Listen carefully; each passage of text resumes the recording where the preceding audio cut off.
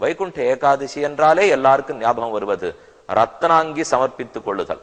பெருமானுக்கு ஆச்சரியமான ஒரு கவச்சம், ரத்தனம் ரத்தனமாக பச்சை மாணிக்கத்தாலும் வைடூரியத்தாலும் சிவப்பு கற்களாலும் வெள்ளை வைரக் கற்களாலும் உள்ள அழகிய ரத்னாங்கி. அதற்கு முன்பாக மெலிய ஒரு வஸ்திரத்தை சமர்ப்பித்துக் கொண்டு அவ்வளவழகா பெருமாள் எழுந்துள்ள இருக்கிறார். பாயுநீர் அரங்கன் தன்னுள் பாம்பனை பள்ளி கொண்ட மாயனார் திருநன்மார்பும் மரகத உருவும் தோளும் தூய தாமரை கண்களும் துவரிதழ் பவள வாயும் ஆயசீர் முடியும் தேசும் அடியரோர் ககலலாமே என்று திருமாலையிலே பாடினார். அரங்க தரவணை மேய மாயனார் அரவின் அனமிஷ மேய மாயனார்னு திருப்பாணாழ்வாருடைய பாசம்.